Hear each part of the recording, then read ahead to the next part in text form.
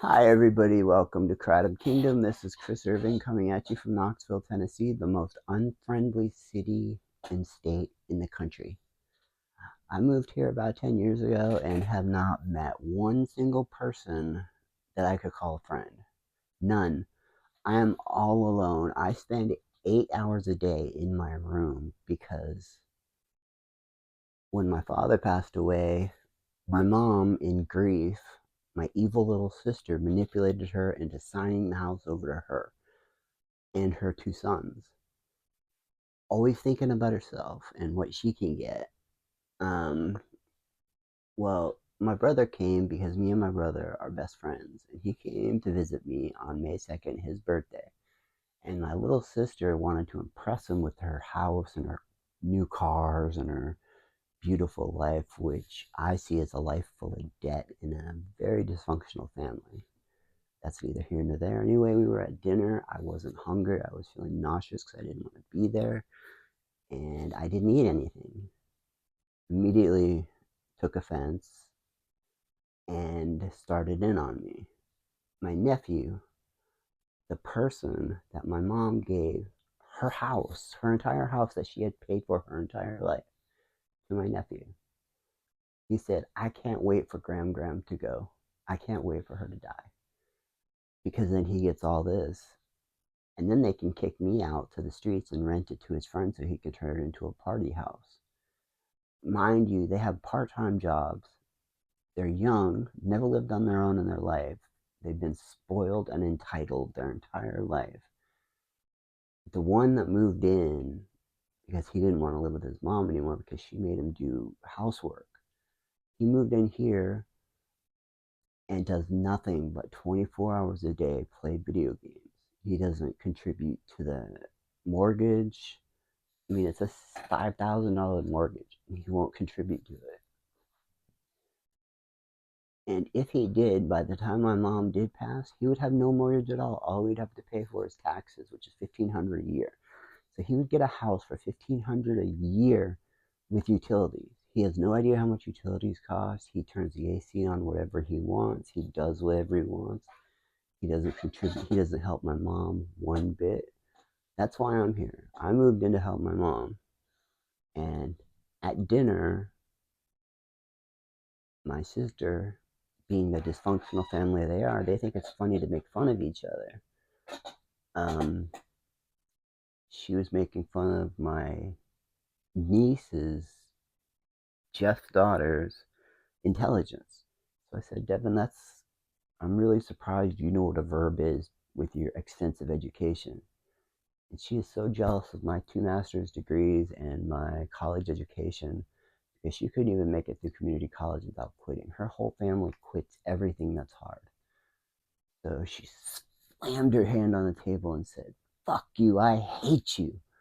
And I said, Well, fuck you, I hate you too. You're nothing to me. She got up, ran up to her room like she does, because she's not a civilized human being, and they don't talk things out. You know, I mean, this is something that a normal family would have talked out and ended. But when my dad wasn't there, because he passed away to smooth things out, because he always fixed everything. And Devin knew the house was in her children's name and her name. So she said, Mom, when you're dead, Chris is gone. He's on the streets. I don't give a shit about him anymore. I don't care about him anymore. I don't want him in my life anymore. He's homeless. Basically, he's homeless. Kick him out now, or I will not talk to you anymore. You will no longer be a part of my family. My mom was devastated. She's 74 years old, and now she has no family, and it's my fault because I called my sister a stupid fat bitch because I knew that was the one thing that would hurt her the most. Her little midget husband, with a very bad temper, blocked me from exiting the house because I know in Knoxville, if somebody tells you to leave their house, you have to, by law, leave. And I was leaving. And mind you, I'm 100% disabled. I can barely walk. I mean, I walk with a major limp. I have no balance. I can't stand up for more than 30, for more than a minute at a time. He blocked me, screamed at me, his face red, fists clenched.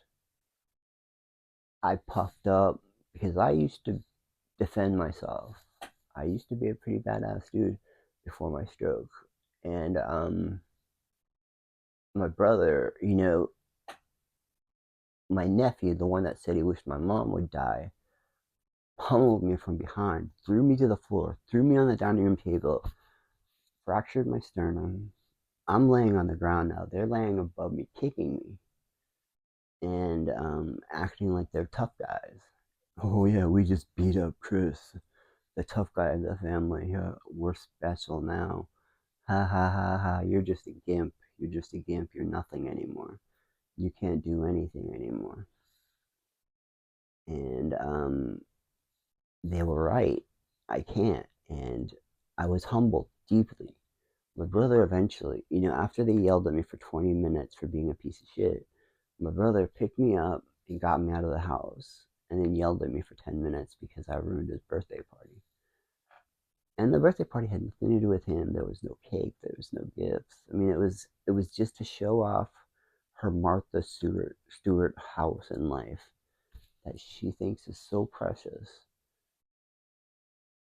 And she stole $2,000 of my inheritance because she thinks she deserves it because she helped my mom bury or cremate my father, and so she's entitled. She's an entitled little bitch, and she and her husband and her son yelled at my mom saying she's out of the family if she chooses me over them. Well, I'm her first baby son. I'm disabled. I'm 50 years old. I have no friends, no place. My wife divorced me, stole everything I owned. I have a car and a computer that's getting ready to die. And so I've been living in terror, crying myself to sleep every night. Where am I going to go? I have no one to talk to. I have no. I asked every friend that I knew for 20 years, do you have a guest room that I can rent, that I can sleep in, so that I'm safe and not sleeping in my car in an alley of Walmart? And every single one of them denied me. They said, we're married, we have kids, we don't have a guest room. My own half brother has a full basement, which I could put a bed, a piece of carpet, build a wall, and turn into a perfect room for me. He's my brother. And he said, no, I don't feel comfortable having a roommate living with my kids. I'm your brother. I mean, and he's going to let me die on the streets? What kind of brother? My other brother, my half brother, from another marriage, and from my mom's first marriage. My father, my biological father. We share a biological fathers, which makes us brothers. And in my Italian world, family takes care of family, no matter what. But he threw me away. My other half sister has no room for me, so she can't help me. So they told me, go apply to live in the ghetto, go try to find a trailer house or live in a ghetto or something. You know what I mean? We can't help you. You have to take care of yourself. You're an adult now. Yeah, I'm an adult, but I'm cognitively not all there because of the stroke, put a huge hole in my brain, which messed me up psychologically, cognitively, and physically. I'm alone, disabled, living off the government, $1,000 a month, which doesn't get you an apartment, even with a roommate, because who wants to live with a 54-year-old disabled guy with no life? Um, so I'm on my own. That all being said, I got that out. It's out to the universe. It's out to YouTube. If any of you have any suggestions, I will gladly take them because I am desperate now. I just want a place to live where no one's going to kick me out and beat me up. Um, Originally, my mom said Chris can stay here for as long as he needs to. My sister changed all that after that night and said, no, Chris is out. He's history. Or we're going to charge him $500 a month, which is half of my monthly income. And I I won't be able to buy food. I won't be able to pay my car insurance. I won't be able to pay my phone bill, my doctors, my medicine. I mean, I can't afford 500 a month. And my sister happens to work for low income housing. And she blocked me from going back to the one that I wanted to go to, which you could easily get me in.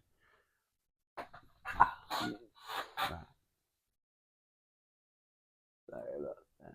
Let me try. I'm having terrible troubles today with this tripod. And so I'm on my own and trying to make a life for myself. And you guys are my only outlet. So today I wanted to talk to you about Kratom. Let's get into it. In June, I made my order, and I've been hearing a lot about this strain called White. Never tried it before because I was a red drinker. And so I ordered White, and I heard that it's stimulating, gives you a mild euphoria, helps you with relaxation, and a mild euphoria if you take it at the right dosage. And all that stuff is true. So now I'm a White drinker. And I like it. But like I said, everyone's different. I'm not going to lie to you and say it's the magic strain, but it works for me. And we all know that I've been doing this for 15 years. And consider you all the Kratomites my friends. I wouldn't lie to you. Um, okay, I have a couple more minutes. My next project is going to be on a pet project of mine that I've been working on for years, but didn't have the technology to do it. And I was in a band in Gainesville when I was in my 20s, and we were really good. We were a metalcore band, which none of you probably like or even have heard of. It was one of those distorted guitars, fast drums, screaming. I was a bass player, and I was a really good bass player. And we got signed to a label, an independent label, who put out our first CD, put out 3 7-inches, which is a 1 song record, and they sold out so much that a record label bought the independent record label, which happened to be MGM Sony. And so now I'm on Sony Records with a band that a lot of people know about and a lot of people loved. I mean, we were touring Europe, we were doing everything. And so I'm going to try to do interviews with the rest of the band and expose the world to Red Roses for a Blue Lady. That was the name of our band. We were we were called emo core. You know, emo, that new trend, we hated it. We just thought of ourselves as hardcore kids. We had shaved heads and tattoos and listened to hardcore, and which is a very specific genre that came out of New York City in the late 70s. And it was tough guy metal. And we were good. I mean, every show we played, we sold out. And I want to do a documentary on Red Roses for Blue Lady. So it's going to be a different channel. When I get it going, I'm going to put a link from Kratom Kingdom to it, hoping that somebody will want to see my past, want to see what I used to be like. So I've got a lot of video clips and pictures of, and music, CDs, and of who we were. And maybe more people will buy it, and maybe I'll start to make some money off of it, and maybe it'll save my life. I don't know. I'm grasping at straws right now, and I'm begging you guys for help. If you know of any place that has a room for rent anywhere in the country, I'll move there. All I own is a single bed and a computer and a TV. That's it. That's my whole world and my clothes. I don't own all of these books. Are my mom's books. When she dies, they're gonna go. My nephews are gonna take them and throw them away probably because they care so little about our family legacy. They only care for themselves. I'm alone in the world. If you're a good person and you want to help me, help me. I'm begging you. I mean, over the years that I've been making these videos, you've gotten to know me, and you know I'm a good person. I'm full of love. I don't fight anymore. I'm done with the hardcore thing. I can't play music anymore because my left side is totally paralyzed. I can still drive. I am very independent. I can get myself to the store, buy my own food. I can go to my doctors, go to my psychiatrist, go to my rehabs. But what I can't do is wait for my mom to die and live in a Walmart parking lot with no hope. I'll die. I mean, that's just as simple as that. I'll die. And my mom is terrified. She doesn't want to die because she knows I'll die right behind her. And I probably won't be with her because if I die, I'm going to end up making it happen sooner than it should because I can't live like that. I won't. I don't do drugs and I don't want to live on a street in the wintertime in Knoxville when it's super cold. If it was Florida, I might be able to handle it, live on the beach in the summer. Some of my old friends are still there. Not as good of friends as we used to be, but I was somebody in Florida. Now I'm nobody. I'm a bad YouTuber who has not even 1,000 subscribers, and I watch YouTube almost all day, studying and learning. And there are YouTubers that make millions, live in LA in $1,800 a month houses, buy and sell G wagons, and I have a 2003 Honda CRV, which is on its last legs, and if it dies, I'm Ubering it, and I don't know if I can afford Uber forever, especially if my rent is maxed out. So I'm praying that social services can get me a house somewhere. Somewhere not in a ghetto where there's going to be gang fights right outside my door. I take my medicine. I'm scared. I have a disease in my blood that causes it to clot for no reason. I've done nothing wrong to make myself disabled. I wasn't in a car accident. I didn't do drugs. I didn't even eat meat. I mean, so it wasn't my cholesterol. I didn't, drugs are the number one cause why young people my age have strokes. I did none, ever. Hated drugs. Hated everything I stood for. I've seen them destroy my friends, my families, members. I mean, I had a family, a cousin die on the beach because he took too many club drugs and he just laid on the beach and died. Nobody found him for 3 days. I will not touch a drug. Even in a band. I mean, it was offered, but I never did. So I hope you guys have a really good rest of your weekend, and I hope you have a pleasant day. I love you all. Take care. Kratom out.